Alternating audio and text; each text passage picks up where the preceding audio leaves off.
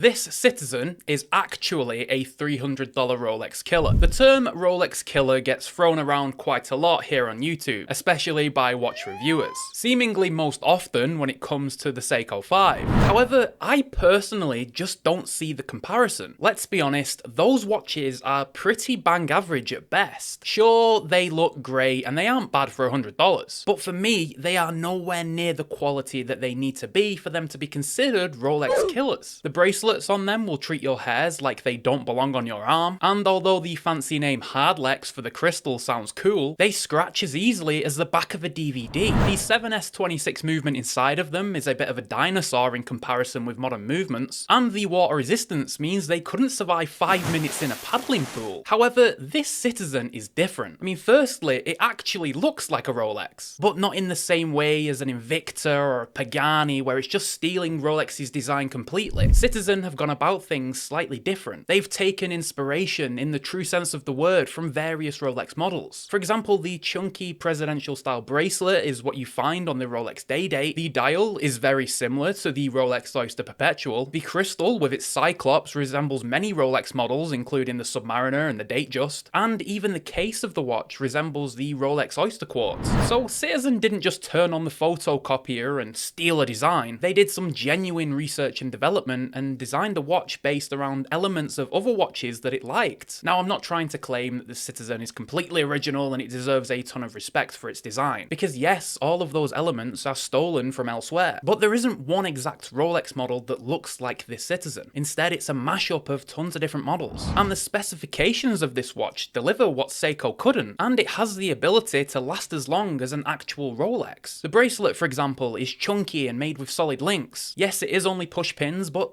who cares? Whereas the Seiko has folded links that stretch, hurt, and just look terrible. The crystal is actually made from sapphire and even has a sapphire Cyclops, and that thing will look clear as day in like 10 years time. The movement inside of this Citizen is actually a modern movement that features hacking and hand winding, which, let's be honest, is sort of the bare minimum that you expect with a modern watch. And the water resistance at 50 meters means that you can actually go for a quick swim and not have to worry about your watch breaking. So I personally don't get this whole hype around these Seiko 5s being some sort of Rolex Killer. I think there are much better alternatives for just a little bit more money. And don't even get me started when it comes to the choice of colours that you get with the Citizen 2. Yellow, Tiffany, green, fume dials, there's just tons. Or you can be boring and just go with the black one like me. One of the things that Rolex just does better than anybody else is the size of their watches. Have you ever noticed that no one really complains about a Rolex being too big or too small? And that's because they are designed to be a universal fit no matter what your wrist size is. Take the Submariner, for example, a watch that was made in 40mm for decades. And this Citizen comes in at 40mm. And a compact lug-to-lug and a relatively thin watch means that it'll work on pretty much anybody, with that chunky bracelet giving the watch a little bit more punch on wrist, so it can work on large wrists as well as small ones too. Don't waste your time and go and buy one of these Seiko 5s that will fall apart in a few years' time. Those are great dressy style watches and they should be treated that way too. But Rolex makes sports watches. They make rugged watches that will last for years. And this Citizen Tsuyosa is the perfect example of what can be done on a budget. So if you genuinely want an affordable Rolex Killer, don't bother with the Seiko 5. The Citizen Tsuyosa beats it in almost every single way imaginable. If you are interested in buying this watch, I'll leave some affiliate links down in the description, so check them out.